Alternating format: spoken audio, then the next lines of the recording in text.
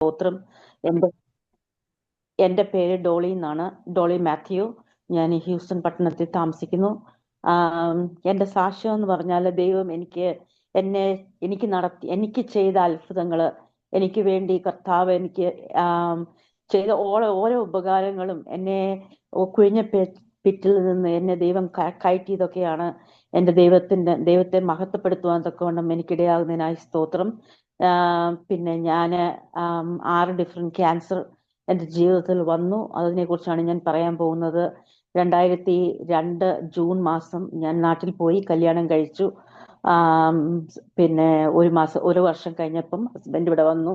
ഞാൻ എൻ്റെ മോനെയും പ്രഗ്നൻ്റ് ആയി. പ്രഗ്നൻ്റ് ആയി കഴിഞ്ഞ് സി സെക്ഷൻ ചെയ്തെടുത്തു. കുഞ്ഞിൻ്റെ കോഡെല്ലാം കഴുത്തിൽ ഇതായി, അതുകൊണ്ട് കുരുങ്ങി കിടന്നുകൊണ്ട് അവർ സി സെക്ഷൻ ചെയ്തെടുത്തു. Emergency C section. കുഞ്ഞിനെ ലൂസ് ചെയ്യും എന്ന് പറഞ്ഞ സമയത്ത് ദൈവം അവിടെ ഒരു അത്ഭുതം പ്രവർത്തിച്ചു. അത് കഴിഞ്ഞ് 2005 ഞാൻ മോളെ പ്രഗ്നന്റ് ആയി. 7 മാസം ഗർഭിണിയായിട്ടിരുന്നപ്പോൾ ഡോക്ടേഴ്സ് പറഞ്ഞു, പിന്നെ എനിക്ക് ഡയബറ്റീസ് വന്നു, ഷുഗർ വന്നു. അന്നേരം ഞാൻ ഡോക്ടറിനെ പോയി കണ്ടു, എൻ്റെ ഡോക്ടറിനെ കണ്ടു. അന്നേരം അവരെൻ്റെ കഴുത്തിൽ വന്ന് തൊട്ടിട്ട് എന്നോട് പറഞ്ഞു, നിനക്ക് ക്യാൻസർ ഉണ്ടെന്ന് പറഞ്ഞു. അപ്പം ഞങ്ങൾക്ക് അന്നേരം അത് വിശ്വസിക്കാൻ പറ്റിയില്ല. എനിക്ക് 26 വയസ്സും ഹസ്ബൻഡിന് 27 വയസ്സേ ഉള്ളൂ. അപ്പം ഞങ്ങളുടെ രണ്ടാമത്തെ കുഞ്ഞാണ്. അന്ന് പ്രാർത്ഥിച്ചു, ഞങ്ങൾ ദൈവസന്നിധി പ്രാർത്ഥിച്ചു, ഇത് സത്യമാവല്ലേ കർത്താവേ എന്ന് പറഞ്ഞ് പ്രാർത്ഥിച്ചു. അത് കഴിഞ്ഞ് ഡോക്ടർ പറഞ്ഞു ബയോപ്സി ചെയ്യണം. ബയോപ്സി ചെയ്തിട്ട് അതിന്റെ റിസൾട്ട് വരും, പക്ഷേ യു ഹാവ് എ ക്യാൻസർ എന്ന് എന്നോട് പറഞ്ഞു. അത് കഴിഞ്ഞ് ഞങ്ങൾ ഭവനത്തിൽ പോയി. 7 മാസം പ്രഗ്നന്റ് ആണ്. അന്നേരം അവർ ഞങ്ങളോട് പറഞ്ഞു, നിങ്ങൾക്ക് വേണമെങ്കിൽ കുഞ്ഞിനെ നേരത്തെ എടുക്കാം, ഇല്ലെങ്കിൽ നിങ്ങൾക്ക് വെയിറ്റ് ചെയ്യാം എന്ന് പറഞ്ഞു. അപ്പം അഗ്രസീവ് ക്യാൻസർ അല്ലെന്നാണ് ആദ്യം പറഞ്ഞത്. അപ്പം ഞങ്ങൾ പ്രാർത്ഥിച്ചു, ഞങ്ങൾ ദൈവസന്നിധിയിൽ നിന്ന് പ്രാർത്ഥിച്ചു. അനേകർ ഞങ്ങളുടെ ചർച്ചിലുള്ള വ്യക്തികളെല്ലാം പ്രാർത്ഥിച്ചു, എനിക്ക് വേണ്ടി പ്രാർത്ഥിച്ചു. അങ്ങനെ ഞങ്ങൾ തീരുമാനിച്ചു, കുഞ്ഞിനെ ഒരു കുഴപ്പവും ഇല്ലാതെ ഞങ്ങൾക്ക് കുഞ്ഞിനെ വേണം, എനിക്ക് എന്ത് വന്നാലും കുഴപ്പമില്ല എന്നുള്ള ചിന്ത എൻ്റെ മനസ്സിൽ ഇതാ പറയാൻ തുടങ്ങി. അപ്പം ഞാൻ പറഞ്ഞു, കുഞ്ഞിനെ എനിക്ക് ജീവനോട് വേണം, അതുകൊണ്ട് 7 മാസത്തെ കുഞ്ഞിനെ എടുക്കുന്നില്ല, വെയിറ്റ് ചെയ്യാന്ന് പറഞ്ഞു. അങ്ങനെ സി സെക്ഷൻ ഓൾറെഡി സ്കെഡ്യൂൾ ചെയ്തിട്ടുണ്ടായിരുന്നു. അങ്ങനെ 7 മാസമോ 8 മാസമോ 9 മാസം ആയി. അങ്ങനെ ഞാൻ ആശുപത്രിയിൽ പോയി സി സെക്ഷൻ ചെയ്തെടുത്തു. സി സെക്ഷൻ ചെയ്തു. അപ്പോഴത്തേക്കിന് ക്യാൻസർ എല്ലാം സ്പ്രെഡ് ആയെന്നൊക്കെ അവർ പറഞ്ഞു. ടെസ്റ്റ് ചെയ്തിട്ട് ബയോപ്സി വന്നപ്പോഴും അത് കറക്റ്റ് പറഞ്ഞു ക്യാൻസർ ഉണ്ടെന്ന്. അങ്ങനെ അന്ന് കുഞ്ഞുണ്ടായി 19 ദിവസം കഴിഞ്ഞപ്പോൾ ഇവിടെ ഹൊറിക്കെയിൻ റീത്ത എന്ന് പറയുന്ന ഒരു ഹൊറിക്കെയിൻ അടിച്ചായിരുന്നു. അങ്ങനെ ഞങ്ങൾ ഇവിടുന്ന് 1.5 വയസ്സുള്ള മോനെ സി സെക്ഷൻ ചെയ്ത ഞാൻ 19 ദിവസമുള്ള കുഞ്ഞുമായിട്ട് ഞങ്ങൾ ഡാളസിൽ പോയി. 24 മണിക്കൂർ എടുത്തു ഡാളസിൽ ചെല്ലാൻ. യൂഷ്വലി 4 മണിക്കൂറേ എടുക്കത്തുള്ളൂ ചെല്ലാൻ.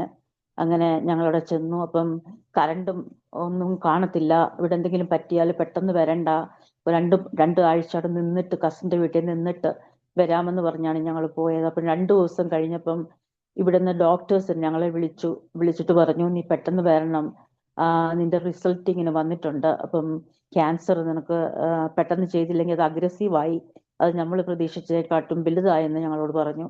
അങ്ങനെ ഞങ്ങൾ പിറ്റേ ദിവസം തന്നെ രാവിലെ ഇവിടെ വന്നു.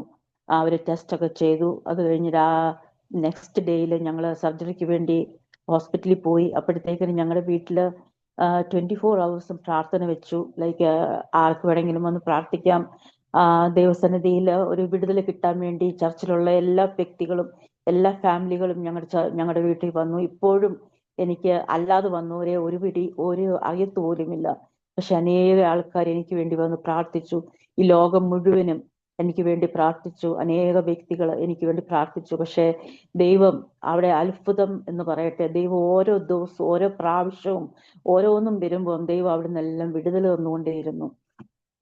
അങ്ങനെ തിരിച്ചു വന്നു. സർജറിക്ക് വേണ്ടി എല്ലാം കയറാൻ വേണ്ടി രാവിലെ 7 മണിയായപ്പം ഓപ്പറേറ്റിംഗ് റൂമിൽ കയറാൻ വേണ്ടി എല്ലാം റെഡിയായി. അങ്ങനെ ഞാൻ ദൈവത്തോട് പറഞ്ഞു, ദൈവമേ, എനിക്ക് 1.5 വയസ്സുള്ളൊരു കുഞ്ഞുണ്ട്, ഇപ്പം 19 ദിവസമായ ഒരു കുഞ്ഞുണ്ട്. ദൈവം ഈ നിമിഷം എന്നെ ഈ ഭൂമിയിൽ നിന്ന് എടുത്താൽ എൻ്റെ കുഞ്ഞുങ്ങൾക്ക് വേറെ ഒരു അമ്മയില്ലാതാകും. ഹസ്ബൻഡ് വേണമെങ്കിൽ പോയി കല്യാണം കഴിക്കാം, എങ്ങാണ്. പക്ഷെ ആ അമ്മ എൻ്റെ കുഞ്ഞുങ്ങളുടെ അമ്മയാകത്തില്ലല്ലോ. അങ്ങയുടെ ഹിതം എന്തായാലും അതെനിക്ക് വേണ്ടി എനിക്ക് എൻ്റെ മേൽ നിറവേറട്ടെ എന്ന് പറഞ്ഞ് ഞാൻ പ്രാർത്ഥിച്ചു. ഹസ്ബൻഡ് പറഞ്ഞു നിനക്ക് ഒരു കുഴപ്പമൊന്നുമില്ല, നീ പോയിട്ട് വാ എന്ന് പറഞ്ഞ് എന്നെ വിട്ടു.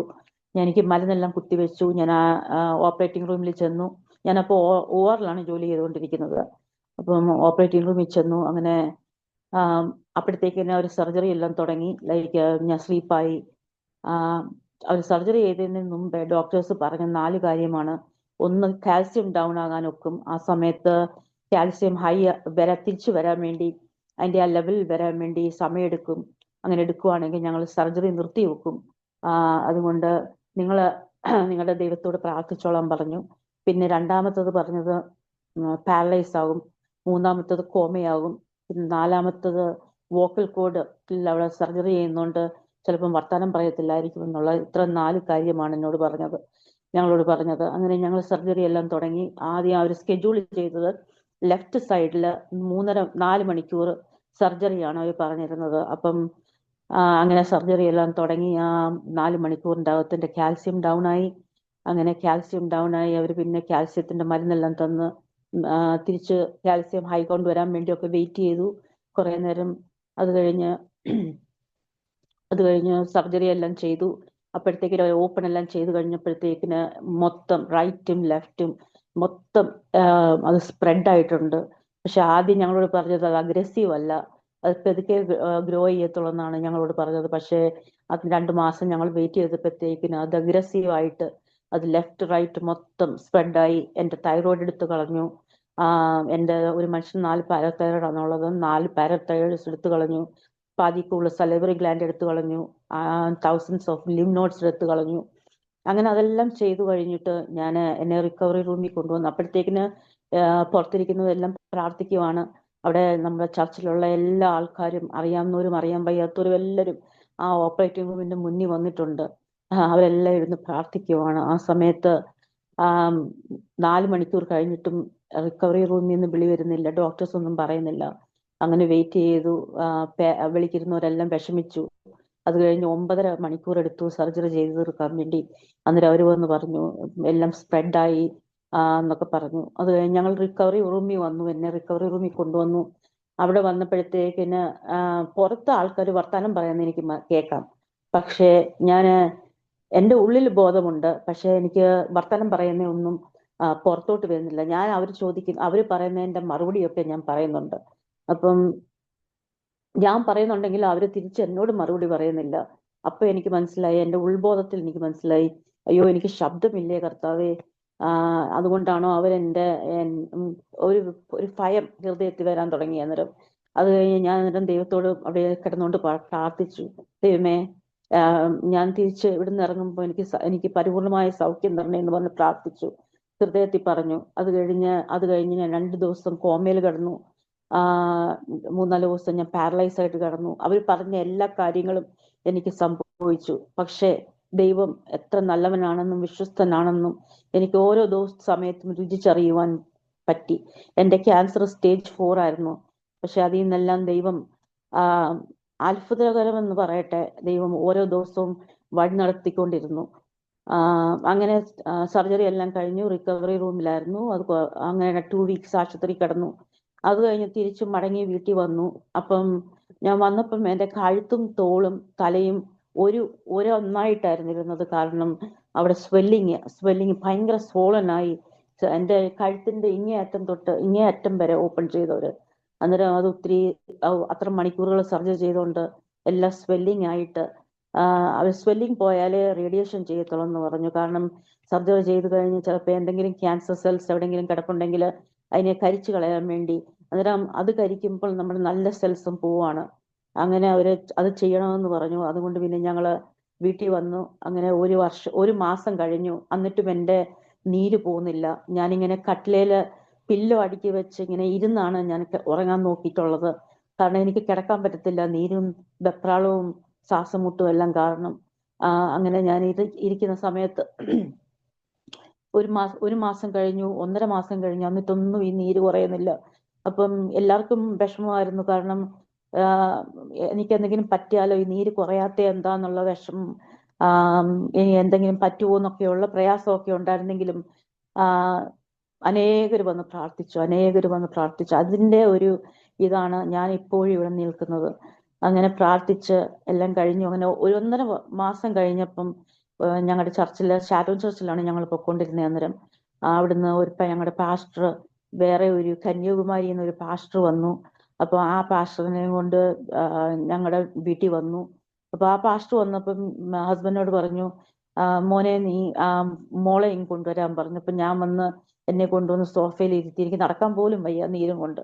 അങ്ങനെ സോഫയിൽ കൊണ്ടിരുത്തി. പാസ്റ്റർ പറഞ്ഞു എണ്ണയുണ്ടെങ്കിൽ കൊണ്ടുവരാൻ പറഞ്ഞു. പാസ്റ്റർ എണ്ണ എടുത്ത് പ്രാർത്ഥിച്ച് എൻ്റെ കഴുത്തിലിട്ടു. അന്ന് രാത്രി എനിക്ക് ഉറങ്ങാൻ പറ്റത്തില്ലായിരുന്നു. അതിന് മുമ്പൊന്നും ഞാൻ അന്ന് രാത്രിയിൽ ഒരു കുഞ്ഞുറങ്ങുന്നത് പോലെ കിടന്നുറങ്ങി. ഒരു ശ്വാസമുട്ടോ പ്രയാസമോ ഒന്നും അനുഭവിക്കാതെ ആ സമയത്ത് എൻ്റെ ദൈവം എൻ്റെ ശരീരത്ത് പ്രവർത്തിക്കുമായിരുന്നു. കാരണം അന്ന് ഉറങ്ങി, നല്ലതായിട്ട് ഉറങ്ങി. രാവിലെ എണീച്ചപ്പം ഞാൻ എണീച്ച് നോക്കിയപ്പോഴും എൻ്റെ കഴുത്ത് അന്ന് എങ്ങനെ ദൈവം സൗഖ്യം തന്നോ അതുപോലെ എൻ്റെ ദൈവം എനിക്ക് കഴുത്ത് സൗഖ്യം തന്നു. അന്ന് തൊട്ട് ഇന്ന് വരെയും എൻ്റെ സ്വെല്ലിങ് എല്ലാം പോയി. ദൈവം എനിക്ക് പരിപൂർണമായ സൗഖ്യം അന്ന് എൻ്റെ കഴുത്തിന് തന്നു. അങ്ങനെ ഞങ്ങൾ പിറ്റേ ദിവസം ഡോക്ടർ ഓഫീസിൽ പോയി.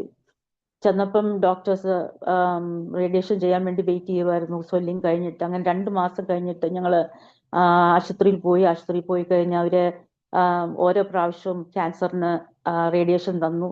അപ്പം ഒരു സമയത്ത് എടുക്കുമ്പം 3-4 മാസം ഈ മുറിയിൽ നിന്ന് ഇറങ്ങാതെ മുറിയിൽ തന്നെ ഇരിക്കണം. കാരണം കുഞ്ഞുങ്ങളുടെ തൈറോയിഡിന്, വലിയവരുടെ തൈറോയിഡ്, അതുപോലെ പ്രഗ്നന്റ് ആയിട്ടുള്ള ആൾക്കാരുടെ കുഞ്ഞിന്റെ ഒക്കെ തൈറോയിഡിന് അതൊക്കെ എഫക്റ്റ് ആകും. അതിന് അവർക്ക് ക്യാൻസർ വരും.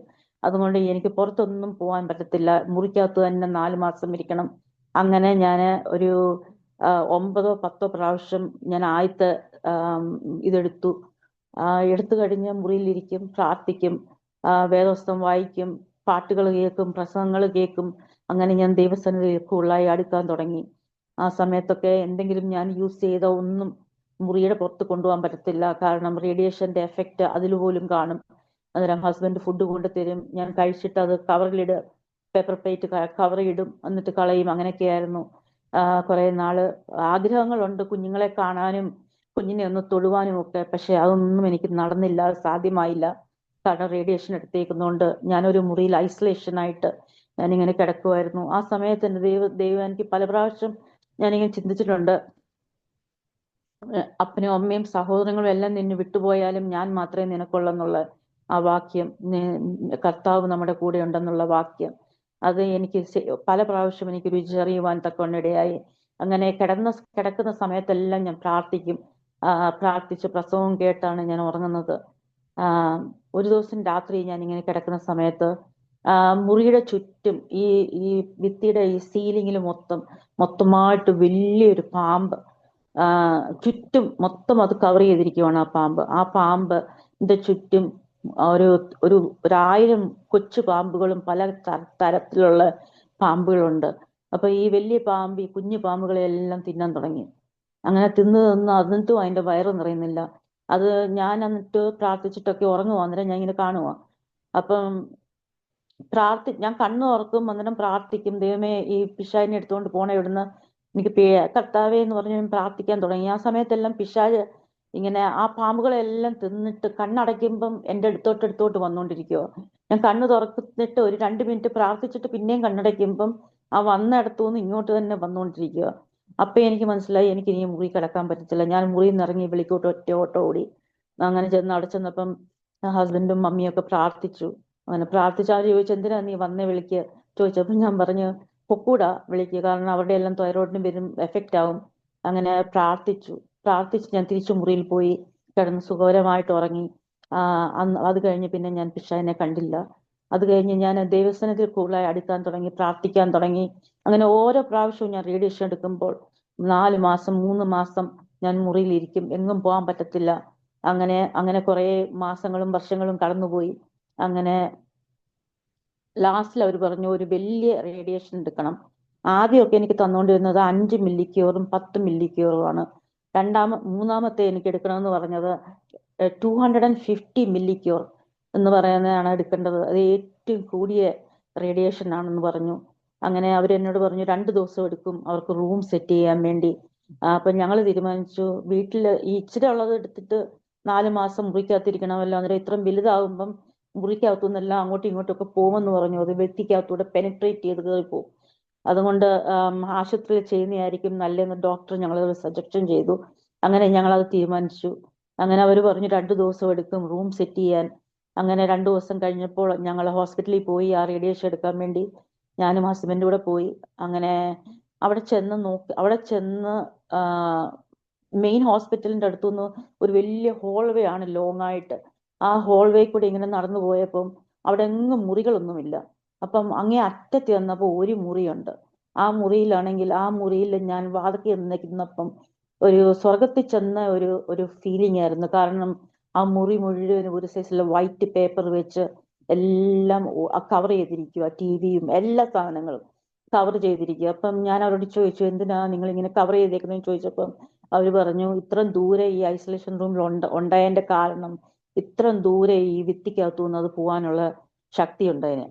അന്നേരം ആരും നമ്മുടെ ആ മുറിയിൽ നിന്നാലും അവരുടെ ദേഹത്ത് പെട്ടെന്ന് റേഡിയേഷൻ വരും. അങ്ങനെ ഒരു സ്മോൾ ഒരു സാധനം വെച്ചുകൊണ്ടാണ് അവർ വരുന്നത്, ഒരു റിമോട്ട് വെച്ചുകൊണ്ടാണ് വരുന്നത്. കാരണം എത്ര റേഡിയേഷൻ അവരുടെ ശരീരത്തിൽ കയറിയെന്ന് അറിയാൻ വേണ്ടിയുള്ള എന്ന് പറഞ്ഞു. അങ്ങനെ ഞാൻ അങ്ങനെ നിന്നപ്പോൾ ഹസ്ബൻഡിനോട് അവർ പറഞ്ഞു, പോയി പുളിയുള്ള ക്യാൻഡി മേടിച്ചോണ്ടിരിക്കാൻ പറഞ്ഞു. താഴെ പോയി ഗിഫ്റ്റ് ഷോപ്പിൽ പോയിട്ട് അന്നേരം എത്ര കിട്ടുന്നു അത്രയും കൊണ്ടുവരാൻ പറഞ്ഞു. അങ്ങനെ ഹസ്ബൻഡും താഴെ പോയി 2 ബാഗ് നിറച്ച് സവർ ക്യാൻഡി മേടിച്ചോണ്ട് വന്നു. അപ്പൊ ഞാൻ ചോദിച്ചു, എന്തിനാ ഇത്ര ക്യാൻഡി മേടിച്ചോണ്ട് വന്നു ചോദിച്ചും പറഞ്ഞു, ഡോക്ടർ പറഞ്ഞിട്ട് കൊണ്ടുവന്നെയാന്ന് പറഞ്ഞു. അങ്ങനെ അവരാണെങ്കിൽ ഡോക്ടറുണ്ട്, ഒരു ടെക്നീഷ്യൻ ഉണ്ട്. ആ ടെക്നീഷ്യൻ, ഞാൻ മേശപ്പുറത്തോട് നോക്കിയപ്പോൾ ആ ടെക്നീഷ്യൻ വലിയൊരു മെറ്റൽ കണ്ടെയ്നർ ഇരിക്കുന്നു. അപ്പൊ ഞാൻ വിചാരിച്ചു ഇത് മൊത്തം മരുന്നായിരിക്കും, ഞാൻ തിന്നാനുള്ളതായിരിക്കും എന്ന് ആദ്യം ചിന്തിച്ചു. പക്ഷെ അന്നേരം അവരാണെങ്കിൽ ഓരോ കണ്ടെയ്നർ എടുത്ത് മാറ്റാൻ തുടങ്ങി, ഓരോ മെറ്റൽ കണ്ടെയ്നേഴ്സ് എടുത്ത് മാറ്റാൻ തുടങ്ങി. അത് മാറ്റി മാറ്റി മാറ്റി വന്നപ്പം ഒരു കുഞ്ഞു കുപ്പി എന്ന് ഇത്രയേ ഉള്ളൂ കുപ്പി. ആ കുപ്പിക്കകത്തുനിന്ന് അവര് തുറന്നിട്ട് നമ്മുടെ കടുമണിയുടെ അത്ര ഉള്ള ഒരു മരുന്നെടുത്ത് പക്കിട് വെച്ച് പിടിച്ച് അത് എന്റെ കയ്യിലോട്ട് തന്നു. ഞാൻ വിചാരിച്ചു ഇത്ര ഒരു കുഞ്ഞു മരുന്നിന് വേണ്ടി ഇത്ര വലിയ പാത്രത്തിൽ എത്ര പാത്രമാണ് കണ്ടെയ്നേഴ്സ് ആണെന്ന് വിചാരിച്ചു. അങ്ങനെ അവർ തന്നു, ഞാനത് കഴിച്ചു കഴിഞ്ഞിട്ട് ഡോക്ടർ പറഞ്ഞു, എന്തെങ്കിലും അത്യാവശ്യം ഉണ്ടെങ്കിൽ മാത്രമേ നഴ്സുമാരെ വിളിക്കാവൂ, എപ്പോഴും വിളിക്കരുത്, കാരണം അവർ വരാൻ പാടില്ല. അങ്ങനെ അതുകൊണ്ട് ഹസ്ബൻഡിനോടും പറഞ്ഞു വീട്ടിൽ പൊക്കോ, കാണാനൊന്നും വരേണ്ട ആവശ്യമില്ല, ഫോണിൽ വർത്താനം പറഞ്ഞാൽ മതി എന്ന് പറഞ്ഞ് അവരെല്ലാം പോയി. അത് കഴിഞ്ഞ് ഞാൻ എൻ്റെ മുറിയിൽ പോയി അവിടെ കട്ടിലെ കയറിയിരുന്നു എന്ന് മാത്രം എനിക്ക് ഓർമ്മയുണ്ട്. ഞാൻ അവിടെ ഇരുന്ന് ശരിക്കും മൊത്തം വെളുത്ത സ്ഥലമായി, ഒന്നും ചെയ്യാനോ ഒന്നും ചിന്തിക്കാനോ ഉള്ള തലയ്ക്കകത്ത് അന്നേരം ഒരു ഇതില്ല. അന്നേരം നമ്മൾ ഒത്തിരി അങ്ങ് ഡിസപ്പോയിന്റ് ആകുന്ന ഒരു ഫീലിംഗ് അന്നേരം വരുന്നത്. അത് കഴിഞ്ഞിട്ട് ഈ മരുന്ന് എടുത്തു കഴിഞ്ഞപ്പം എൻ്റെ ശരീരത്തെ തൊലി വലിയുന്നതായിട്ടും ഇങ്ങനെ ഇറുകുന്നതായിട്ടും ഫീലിംഗ് വരുക, വെപ്രാളം, വേദന, ശ്വാസമുട്ട് അങ്ങനെയൊക്കെ അങ്ങ് വരുക. നമുക്ക് ഒരു അൺകംഫർട്ടബിൾ ആയിട്ട് ഫീൽ ചെയ്യുക. അതിങ്ങനെ വരുന്നത് വന്നും പോയി നിൽക്കുക അങ്ങ് കണ്ടിന്യൂസ്ലി. അത് കഴിഞ്ഞിട്ട് പിന്നെ വായിക്കകത്തൊക്കെ ആണെങ്കിൽ ഒരു ഈ മണൽ വാരിയിട്ടേക്കുന്ന ഫീല്, തരി ഫീല് വായിലും ശരീരത്തും എല്ലാം അങ്ങനെയാണ് ഫീൽ ചെയ്യുന്നത്. എല്ലാം ഡ്രൈ ആയിട്ട് ഫീൽ ചെയ്യുക. അങ്ങനെ അവര് പറഞ്ഞത് ആഹാരം സോഡിയം കൂട്ടാൻ ഒക്കത്തില്ല, അയഡൈനാ തന്നെ, അതുകൊണ്ട് സോഡിയം കൂട്ടാൻ ഒക്കത്തില്ല, ഏരിയൊന്നും കാണത്തില്ല അങ്ങനെ ഫുഡിന്. അങ്ങനെ ആ ഫുഡ് അങ്ങനെ കൊണ്ടുതരുന്നത്. സത്യം പറഞ്ഞാൽ ഞാനവിടെ കയറി കട്ടില ഇരുന്നത് മാത്രമേ എനിക്ക് ഓർമ്മയുള്ളൂ. ഇപ്പോഴും ഞാൻ ചില സമയത്ത് ഞാൻ ചിന്തിക്കാറുണ്ട്, അന്നേരം ഞാൻ പ്രാർത്ഥിച്ചോ, അന്നേരം ഞാൻ എന്താ എടുത്തേ, ഞാൻ കഴിച്ചോ എന്നൊക്കെ ഞാൻ ചിന്തിക്കാറുണ്ട്. പക്ഷെ ഇന്ന് വരെ എനിക്ക് ഓർമ്മ കിട്ടുന്നില്ല. ഞാൻ ആ മുറിയിൽ 2 ആഴ്ച ദൈവസന്നിധി എന്ന് പ്രാർത്ഥിക്കാൻ തുടങ്ങിയെന്ന് എനിക്ക് ഓർമ്മയുണ്ട് കട്ടിലേയിരുന്ന്. എന്നിട്ട് ആ 2 ആഴ്ച ഞാൻ ഒന്നും കഴിച്ചില്ല. ഞാൻ അവിടെ ഇരുന്ന് പ്രാർത്ഥിച്ച് ദൈവസന്നിധിയിൽ കൂടുതലായി അടുത്ത്. അന്നേരമാണ് ദൈവം എന്നോട് പറഞ്ഞ, നിന്റെ കൂടെ ഞാനുണ്ട്, നീ ഭയപ്പെടേണ്ട, ഞാൻ നിന്റെ യഹോവയാണ്, ഞാൻ നിന്റെ ദൈവമാണെന്ന് അന്ന് ദൈവം എന്നോട് പറഞ്ഞു.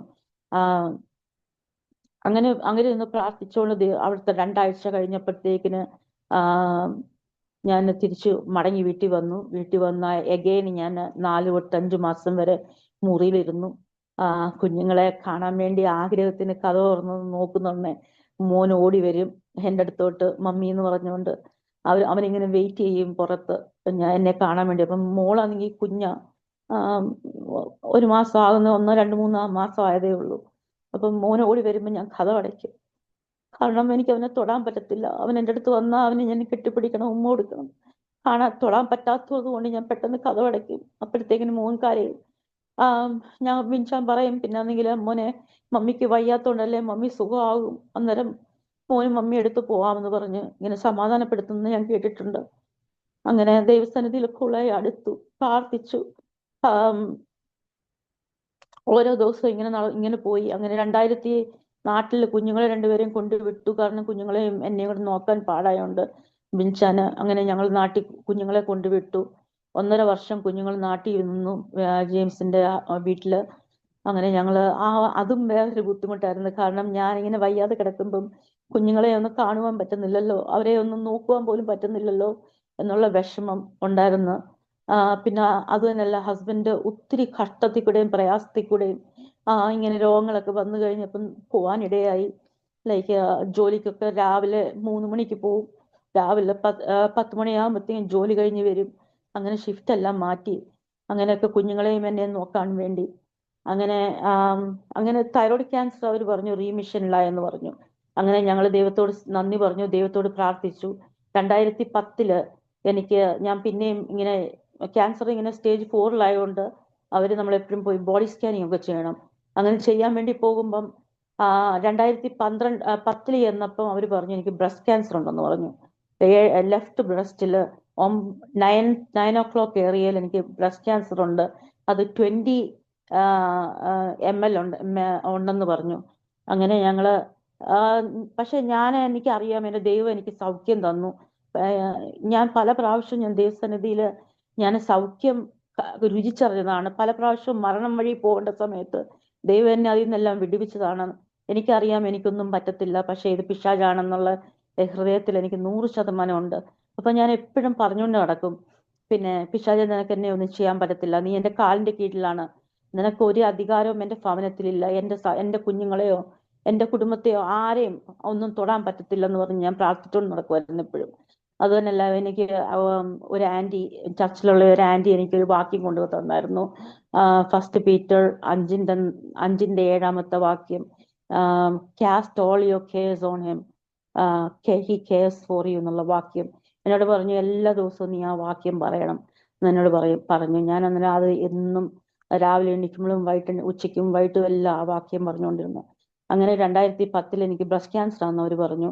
ഞങ്ങള് അതിനുവേണ്ടി പ്രാർത്ഥിച്ചു. പക്ഷെ ബ്രസ്റ്റ് ക്യാൻസർ ആണെന്ന് പറഞ്ഞിട്ടും 2 മാസം കഴിഞ്ഞ് ഇനി ടെസ്റ്റ് ചെയ്യാൻ എല്ലാം ഡീറ്റെയിൽ ആയിട്ട് ചെല്ലാനെന്ന് പറഞ്ഞു. അങ്ങനെ ഞങ്ങൾ 2 മാസം ഞാൻ അത് മറന്നുപോയി. ലൈക്ക് അങ്ങനെ ക്യാൻസർ ഉണ്ടെന്നുള്ള കാര്യമേ ഞാൻ മറന്നുപോയി. ഞാൻ അങ്ങനെ ഒരു ഭയമോ ഒരു പേടിയോ വിഷമോ ഒന്നും എനിക്ക് തോന്നിയില്ല. അങ്ങനെ 2 മാസം കഴിഞ്ഞ് ആ, ഒരു ഞാൻ ടെസ്റ്റ് ചെയ്യാൻ പോകുന്നത് മൺഡേ ആണ്, തലേദിവസം സൺഡേ ആണ്. അങ്ങനെ ഞങ്ങൾ ചർച്ചിൽ പോയപ്പം ആ പാസ്റ്റർ പറഞ്ഞു, പിന്നെ നിനക്ക് ആർക്കെങ്കിലും എന്തെങ്കിലും അസുഖമുള്ളവരെല്ലാം കൈ അവിടെ വെച്ച് പ്രാർത്ഥിക്കാൻ പറഞ്ഞു. അങ്ങനെ ഞാൻ എൻ്റെ കൈ എടുത്ത് ലെഫ്റ്റ് ബ്രസ്റ്റിൽ വെച്ചുകൊണ്ട് ഞാൻ പ്രാർത്ഥിച്ചു. ദൈവമേ, ആ പ്രാർത്ഥിച്ചുകൊണ്ടിരുന്നപ്പം എൻ്റെ ശരീരത്തു നിന്ന് ഒരു ഇലക്ട്രിക് ഷോക്ക് വന്നിട്ട് എൻ്റെ ശരീരത്തു നിന്ന് ഒരു ഭയങ്കര ഭാരം എൻ്റെ ശരീരത്തൂടെ ഇങ്ങനെ ഉരുണ്ട് കാലേ കൂടെ അങ്ങ് ഇറങ്ങിപ്പോയതുപോലെ ഞാൻ അത് അനുഭവിക്കാനുള്ള ഭാഗ്യം ഉണ്ടായി എനിക്ക്. അന്നേരം എനിക്ക് എൻ്റെ ഹൃദയത്തിൽ എനിക്ക് ദൈവം ഒരു പീസ്ഫുൾ മൈൻഡ് തന്നിട്ട് എനിക്കങ്ങനെ തോന്നുവാ, എനിക്ക് സൗഖ്യമായി, എനിക്കിനി ക്യാൻസർ ഇല്ല, എന്നെ ദൈവം വിടുവിച്ചു എന്നുള്ള ഫീല്. ആ ദൈവത്തോട് സ്തുതിച്ചു, ദൈവത്തെ നന്ദി പറഞ്ഞു. പക്ഷെ എന്നാലും ഞാൻ പിറ്റേ ദിവസം രാവിലെ ഞാൻ ആ അപ്പോയിന്റ്മെന്റിന് വേണ്ടി പോയപ്പം പല തടസ്സങ്ങളായിരുന്നു എനിക്ക് പോകാൻ പറ്റാതിരിക്കാൻ വേണ്ടി. പക്ഷെ എന്നിട്ടും ഞാൻ ഹോസ്പിറ്റലിൽ എനിക്ക് അപ്പോയിന്റ്മെന്റ് പെട്ടെന്ന് തന്നു. അങ്ങനെ അവിടെ ചെന്നപ്പം ഡോക്ടർ എന്നോട് പറഞ്ഞു, ഇന്ന് എനിക്ക് വേറെ പേഷ്യൻസ് ഒന്നുമില്ല, നീ എമർജൻസി ആയിട്ട് വന്നതാണ്, ആം, അതുകൊണ്ട് എനിക്ക് വേറെ ഒന്നും ചെയ്യാനുമില്ല, അതുകൊണ്ട് നിനക്ക് വേണ്ടി ഞാൻ വെയിറ്റ് ചെയ്യുമായിരുന്നു എന്ന് പറഞ്ഞു എന്നോട്. അപ്പം ഡോക്ടർ അവിടെ ചെന്നപ്പോഴേ ഞാൻ പറഞ്ഞു എനിക്ക് ക്യാൻസർ ഒന്നും ഇല്ല, ബ്രസ്റ്റിൽ ക്യാൻസർ ഇല്ല, എനിക്ക് സുഖം കിട്ടി ഇന്നലെ, ദൈവം എന്നെ ഹീൽ ചെയ്തെന്ന് പറഞ്ഞു. അങ്ങനെ അവർ ടെസ്റ്റ് ഒക്കെ ചെയ്തു. അന്നേരം അവർ പറഞ്ഞു, ദൈവം നിന്റെ പ്രാർത്ഥന, നിന്റെ വിശ്വാസം കൊള്ളാം, നിന്റെ പ്രാർത്ഥന ദൈവം കേട്ടല്ലോ എന്ന് അവർ പറഞ്ഞു. എന്നിട്ട് ടെസ്റ്റ് എല്ലാം ചെയ്തു. എന്നിട്ട് എനിക്ക് ഭയങ്കര ആഗ്രഹം എൻ്റെ ടെസ്റ്റിന്റെ റിസൾട്ട് കിട്ടാൻ വേണ്ടി. കാരണം എനിക്കറിയാം എൻ്റെ ദൈവം എനിക്ക് സൗഖ്യം തന്നെന്ന്. എന്നാലും ഞാൻ അവരോട് പറഞ്ഞു, എനിക്ക് റിസൾട്ട് എത്രയും വേഗം അറിയണം, ഉള്ള ആഗ്രഹം ഉണ്ടെന്ന് പറഞ്ഞു. അന്നേരം എൻ്റെ ആ ആഗ്രഹം കണ്ടുകൊണ്ട് അവർ പറഞ്ഞു, ഒരു കാര്യം ചെയ്യ്, 4 മണിക്കൂർ നീ വെയിറ്റ് ചെയ്യാമെങ്കിൽ നിന്റെ റിസൾട്ട് ഞാൻ പറയാം, ഒന്നും ചെയ്യാനില്ലാത്തതുകൊണ്ട് ഞാൻ ഇവിടെ ഇരിക്കാമെന്ന് പറഞ്ഞു. റിസൾട്ട് പറഞ്ഞിട്ടേ പോകത്തുള്ളൂ എന്ന് പറഞ്ഞു. യൂഷ്വലി ഒരു ടെസ്റ്റ് ചെയ്ത് കഴിഞ്ഞാൽ അന്ന് നമുക്ക് റിസൾട്ട് തരത്തില്ല. അവര് പിന്നെ ഡോക്ടർ ഓഫീസിൽ പോയി അങ്ങനെ അപ്പോയിന്റ്മെന്റ് ഒക്കെ എടുത്തിട്ടേ തരത്തുള്ളൂ. പക്ഷെ അന്ന് അവര് എൻ്റെ അടുത്ത് പറഞ്ഞു, നിനക്ക് ഞാൻ റിസൾട്ട് പറയാമെന്ന്. ദൈവം ഓരോ രീതിയിലാണ് പ്രവർത്തിക്കുന്നത്. അങ്ങനെ ഞാൻ എൻ്റെ ടെസ്റ്റ് എല്ലാം കഴിഞ്ഞു. ഞാൻ എന്നെ മുറിക്കൊണ്ടിരുത്തിയവര്, ഞാൻ അവിടെ ഇരിക്കുക. അപ്പൊ റൂമിന്റെ ഫ്രണ്ടിലാണ് ഡോക്ടർ ഇരിക്കുന്നത്. അപ്പൊ അവരവിടെ ഇരുന്ന് നോട്ട്സ് ഒക്കെ എഴുതിക്കൊണ്ടിരിക്കുക. അങ്ങനെ ഒരു 2-2.5 മണിക്കൂർ കഴിഞ്ഞപ്പോഴത്തേക്കിന് ഒരു എന്റെ ജീവിതത്തിൽ ഇതുപോലൊരു സുന്ദരി സ്ത്രീയെ ഞാൻ കണ്ടിട്ടില്ല ഇതുവരെ. ഒരു വെളുത്ത കറമ്പി, അവിടെ മുടിയെല്ലാം നല്ലതായിട്ട് ചുരുണ്ട്, നല്ല ബ്യൂട്ടിഫുൾ ആയിട്ടുള്ള ഒരു സ്ത്രീ, ലാബ് കോട്ടൊക്കെ ഇട്ട് എന്റെ ബ്ലഡ് പ്രഷറും ടെമ്പറേച്ചറും ഒക്കെ നോക്കാൻ വേണ്ടി മുറിയിൽ കയറി വന്നു.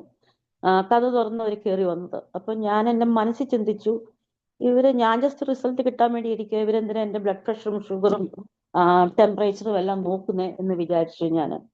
പക്ഷേ അവിടെ ഇരിക്കുന്ന സമയത്ത് ഇങ്ങനെ ചിന്തിച്ചെങ്കിലും ഞാൻ അവരോട് ചോദിച്ചു, ആം, എന്റെ റിസൾട്ട് വന്നു എന്ന് ചോദിച്ചു. കാരണം എനിക്ക് അറിയാനുള്ള ആഗ്രഹമുണ്ട്.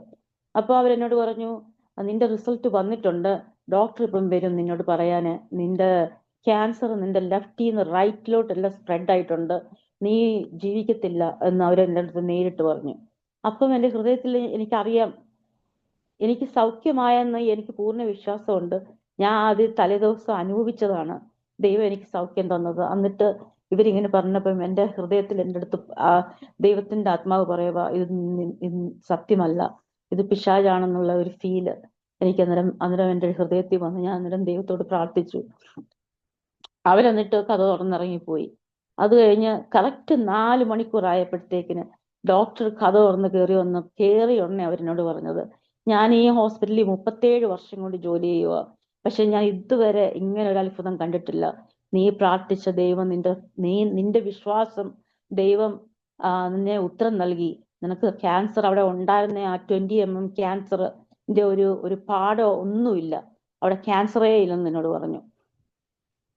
അങ്ങനെ ഞങ്ങൾ ദൈവത്തെ സ്തുതിച്ചു. എന്നിട്ട് അവർ കരഞ്ഞു, അവരങ്ങനെ പറഞ്ഞിട്ട്. കാരണം അവർക്ക് അത് അത്ഭുതമായിട്ടാണ് തോന്നിയത്. അങ്ങനെ അവർ പറഞ്ഞു, നിന്റെ പ്രാർത്ഥന നിന്റെ ദൈവം കേട്ടു, നിനക്ക് സൗഖ്യമായി, നിനക്ക് ക്യാൻസർ ഒന്നുമില്ലെന്ന് പറഞ്ഞ് അങ്ങനെ റിസൾട്ട് മേടിച്ചുകൊണ്ട് ഞാൻ വീട്ടിൽ വന്നു. എന്നിട്ടും അവർ പക്ഷേ ഒരു റേഡിയേഷൻ എടുക്കണമെന്ന് പറഞ്ഞു, ജസ്റ്റ് എന്തെങ്കിലും ഉണ്ടെങ്കിൽ, വേറെ രീതിയിൽ എന്തെങ്കിലും ഉണ്ടെങ്കിൽ പോകാൻ വേണ്ടി. അങ്ങനെ ഞാൻ പിന്നെ റേഡിയേഷൻ എടുത്തു. അത് കഴിഞ്ഞ് 2011 പിന്നെ റീമിഷനായി. പിന്നെ 2011 ഞാൻ ഡോക്ടർ ഓഫീസിൽ ബോഡി സ്കാനിങ്ങിന് വേണ്ടി പോയപ്പം അവർ പറഞ്ഞു, എൻ്റെ റിബ്സിൽ, എൻ്റെ വാരിയെല്ലും, എൻ്റെ അവിടെയുള്ള എല്ലുകളിലെല്ലാം ക്യാൻസർ ഉണ്ട്, അതെല്ലാം സ്പ്രെഡ് ആയിട്ടുണ്ടെന്ന് എന്നോട് പറഞ്ഞു. അങ്ങനെ ഞാൻ പിന്നെയും റേഡിയേഷൻ എടുത്തു, കുറെ റേഡിയേഷൻ എടുത്തു. റേഡിയേഷൻ എടുത്തിട്ട് ഞാൻ അവർ പറഞ്ഞു, ഒരു മരുന്ന്, ഒരു ഷോട്ട് ഉണ്ട്, അത് എടുക്കണം. അത് അമേരിക്കയിലോ ഒരു രാജ്യത്തും ഇല്ല, അത് വിയറ്റ്നാം എന്ന് പറയുന്ന സ്ഥലത്തേ ഉള്ളൂ ആ ഷോട്ട് എന്ന് പറഞ്ഞു എന്നോട്. അങ്ങനെ ഞാൻ എൻ്റെ കോപ്പയെല്ലാം പേ ചെയ്തു, ഇൻഷുറൻസ് ബാക്കി കോപ്പി പേ ചെയ്തു. അങ്ങനെ മരുന്ന് വരാൻ വേണ്ടി ഷിപ്പിലേ കൊണ്ടുവരാൻ പറ്റത്തുള്ളൂ, പ്ലെയിനിലോ ഒന്നും കൊണ്ടുവരാൻ പറ്റത്തില്ല, അത് അത്രയ്ക്ക് റിയലി ഹാംഫുൾ ആണ്. അങ്ങനെ അവര് 1-2 ആഴ്ച എടുക്കുമെന്ന് പറഞ്ഞു ഷിപ്പിൽ ഇവിടെ മരുന്ന് കൊണ്ടുവരാൻ വേണ്ടി. പക്ഷെ കൊണ്ടുവന്ന ഉടനെ തന്നെ നീ ഹോസ്പിറ്റലിൽ വരണം, നിനക്ക് ആ ഇഞ്ചക്ഷൻ തരണം എന്ന് എന്നോട് പറഞ്ഞു. ഞാൻ പറഞ്ഞു വരാം, കുഴപ്പമില്ല. അങ്ങനെ 1 ആഴ്ച കഴിഞ്ഞു.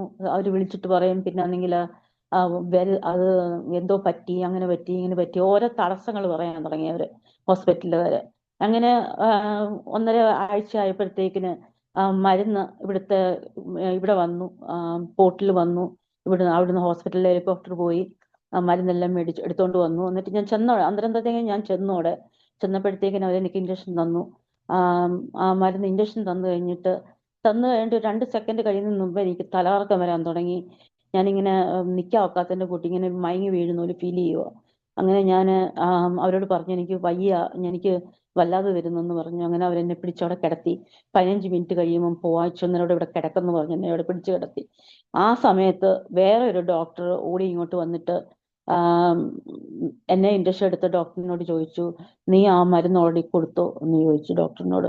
അന്നേരം പറഞ്ഞു, കൊടുത്തല്ലോ, ഷീസ് നോട്ട് ഫീലിംഗ് ഗുഡ്, അവൾക്ക് സുഖമില്ലെന്ന് പറഞ്ഞു ഡോക്ടറിനോട് പറഞ്ഞു. അന്നേരം അവര് പറയുക, ആ മരുന്ന് വേറെ ഏതോ ഒരു പേഷ്യന്റിന് കൊടുക്കേണ്ടതായിരുന്നു, അവരുടെ റിസൾട്ട് എന്തോ എങ്ങനെയോ മാറിപ്പോയി, അതുകൊണ്ട് ആ മരുന്ന് കൊടുക്കേണ്ട ആള് മരിച്ചുപോയെന്ന് പറഞ്ഞു. അപ്പം ഞാൻ സത്യം പറഞ്ഞാൽ ആ മരുന്ന് എടുക്കണ്ടായിരുന്നു. അതിന് പകരം റേഡിയേഷൻ ചെയ്താൽ മതിയായിരുന്നു. പക്ഷെ അവർ പേപ്പർ മാറ്റി അറിയാതെ എനിക്ക് ആ ഇൻജക്ഷൻ കുത്തിവെച്ചു. അതിന്റെ സൈഡ് എഫക്റ്റ് എനിക്ക് അതുകൊണ്ടാണ് എനിക്ക് തലകറക്കവും വല്ലാതും ഒക്കെ വരാൻ തുടങ്ങിയത്.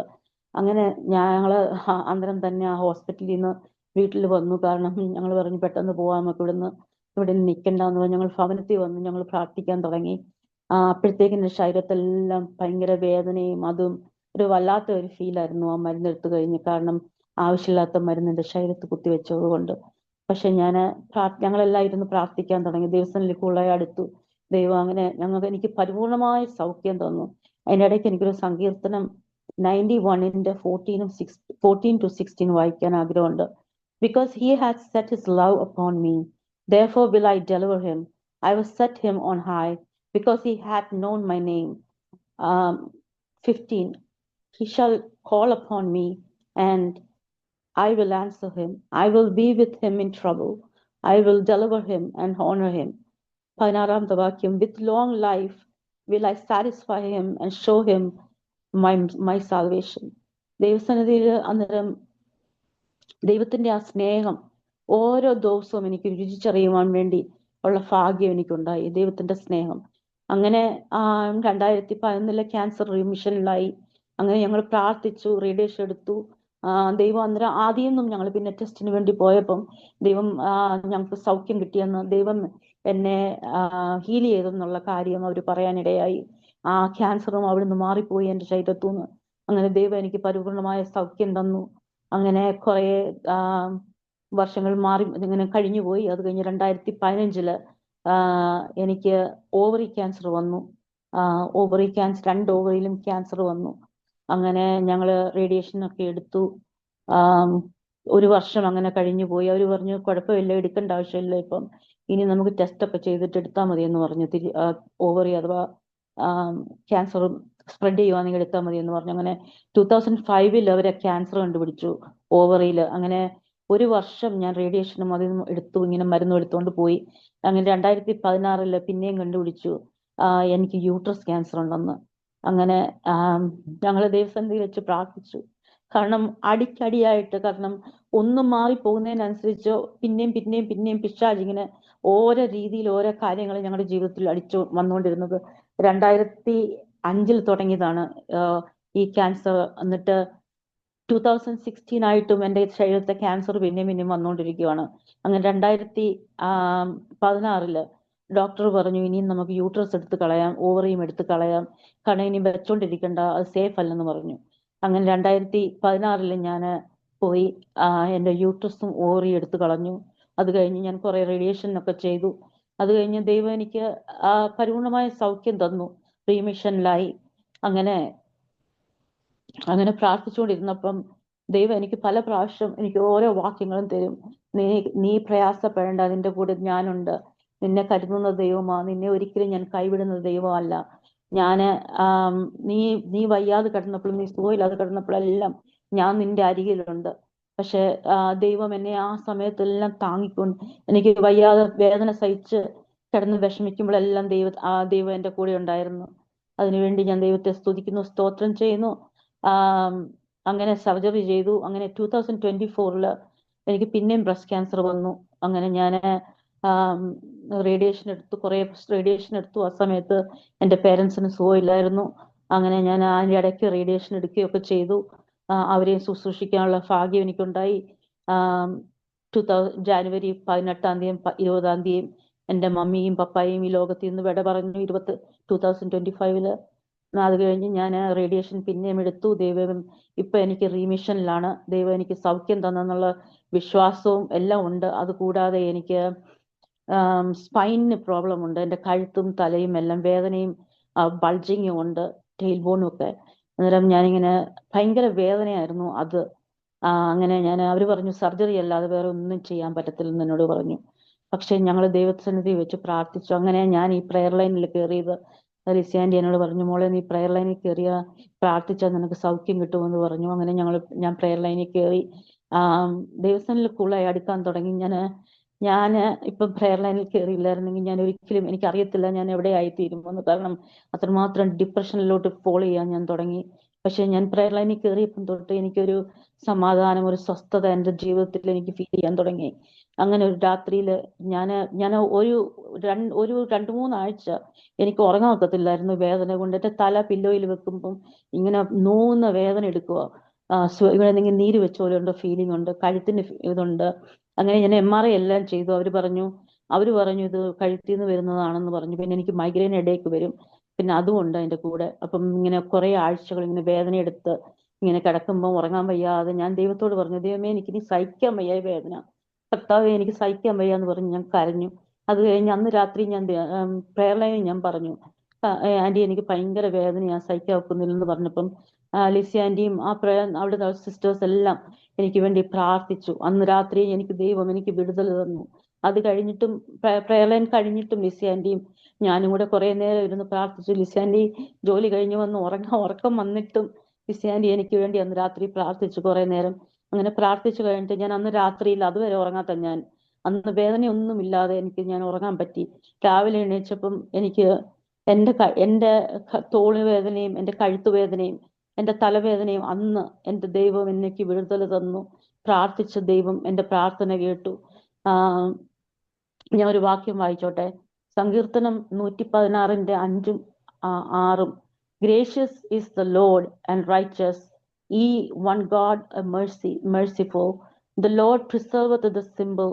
I was bought low and he helped me. I start praying to God. ഞാൻ ദൈവം എന്നെ ലോ ആക്കിയിട്ട് നമ്മൾ കഷ്ടതയിൽ കൂടെയും പ്രയാസത്തിൽ കൂടെയും പോകുമ്പോൾ നമ്മൾ പല പ്രാവശ്യം ചോദിക്കും ദൈവത്തോട്, എന്താ ഞങ്ങൾക്ക് ഇങ്ങനെ വന്നേ, ഞാൻ എന്ത് ചെയ്തു എന്നൊക്കെ ചോദിക്കും നമ്മള്. പക്ഷെ ആ സ്ഥാനത്ത് ദൈവസന്നിധിയിൽ നമ്മൾ പൊറുവെറുക്കാതെ ഒന്നും ചെയ്യാതെ ദൈവം നമ്മളെ ടെസ്റ്റ് ചെയ്യുക. കാരണം വെളിക്കുള്ള ആൾക്കാർക്ക് അത് തോന്നത്തില്ല, പക്ഷെ ദൈവത്തെ വിളിക്കുന്ന ആൾക്കാർക്കാണ് കൂടുതലായിട്ട് ടെസ്റ്റ് വരുന്നത്. കാരണം ദൈവം നമ്മളെ നോക്കുവാണ്. നമുക്ക് കഷ്ടതയോ പ്രയാസമോ ഒക്കെ വന്നാൽ നമ്മൾ എന്തുമാത്രം ദൈവസന്നിധിയിൽ നിൽക്കുമെന്നുള്ള അറിയാൻ വേണ്ടിയാണ് ദൈവം അത് നമ്മളെ നോക്കുന്നത്. ദൈവം നമ്മളെ ഫെർണസിലിട്ട് നല്ല തിളക്കി എടുക്കുന്ന ഒരു പാത്രമാക്കി എടുക്കാനാണ് ദൈവം നമ്മളെ നോക്കുന്നത്. അന്നേരം ഞാൻ എപ്പോഴും പറഞ്ഞുകൊണ്ടിരുന്നത്, പിശാച് നീ ജയിക്കത്തില്ല, നീ എന്ത് ട്രൈ ചെയ്താലും നീ ജയിക്കത്തില്ല, നീ എന്റെ കാലിന്റെ കീഴിലാണ്, ശത്രുവിന്റെ തല തകർക്കുമെന്നുള്ള അങ്ങനെ പറഞ്ഞുകൊണ്ട് ഞാൻ എപ്പോഴും നടക്കും. എനിക്കതുകൊണ്ട് പറയാനുള്ളത്, എന്ത് കഷ്ടതയോ എന്ത് പ്രയാസമോ എന്ത് രോഗങ്ങളോ എന്തോ ജീവിതത്തിൽ വന്നാലും അതിൽ നിന്ന് പിന്മാറിപ്പോകാതെ ദൈവത്തിൽ തന്നെ മുന്നോട്ട് വിശ്വസ്തയോട് നടക്കുവാണെങ്കിൽ ദൈവസന്നിധി പറയണം, എനിക്ക് എന്ത് കഷ്ടങ്ങൾ വന്നാലും എന്ത് വന്നാലും എൻ്റെ ദൈവം അല്ലാതെ എനിക്ക് ആശ്രയിക്കാൻ ഒന്നുമില്ല, ഞാൻ പിന്മാറി പോകത്തില്ല ഉള്ള കാര്യം ഹൃദയത്തിൽ ദൈവത്തോട് പറയാൻ വേണ്ടി ഇടയാകണം. ഇന്ന് എനിക്ക് സാക്ഷ്യം പറയാൻ തന്ന ലിസാൻഡിക്കും എല്ലാവർക്കും നന്ദി, വളരെ നന്ദി. ദൈവം നിങ്ങളെ എല്ലാം അനുഗ്രഹിക്കട്ടെ.